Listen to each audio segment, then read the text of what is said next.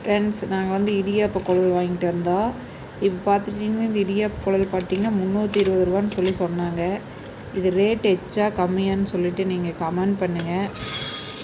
எப்படின்னு தெரில. நாங்கள் ஆனால் 320 ரூபான்னு சொல்லி சொன்னாங்க. நாங்கள் வாங்கிட்டு வந்துட்டோம். பார்க்குறதுக்கு நல்லா தான் இருக்குது. இதுக்குள்ளே எவ்வளோ இது கொடுத்துருக்காங்க பார்த்துட்டிங்கன்னா பாருங்கள். ஸ்டார் முறுக்கு, அதுலேயும் இன்னொரு விதமான முறுக்கு சுட்டுக்கலாம்.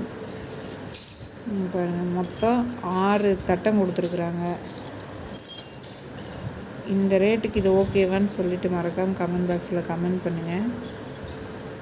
பாருங்கள், இதுதான் இந்த குழல். இங்கே பாருங்கள், 320 ரூபா. இது வந்து நாங்கள் கோயம்புத்தூரில் தான் வாங்கினோம். நான் ரேட்டு இதுக்கு தகுந்த ரேட்டாக என்னென்னு சொல்லிவிட்டு நீங்கள் மறக்காமல் கமெண்ட் பாக்ஸில் கமெண்ட் பண்ணுங்கள்.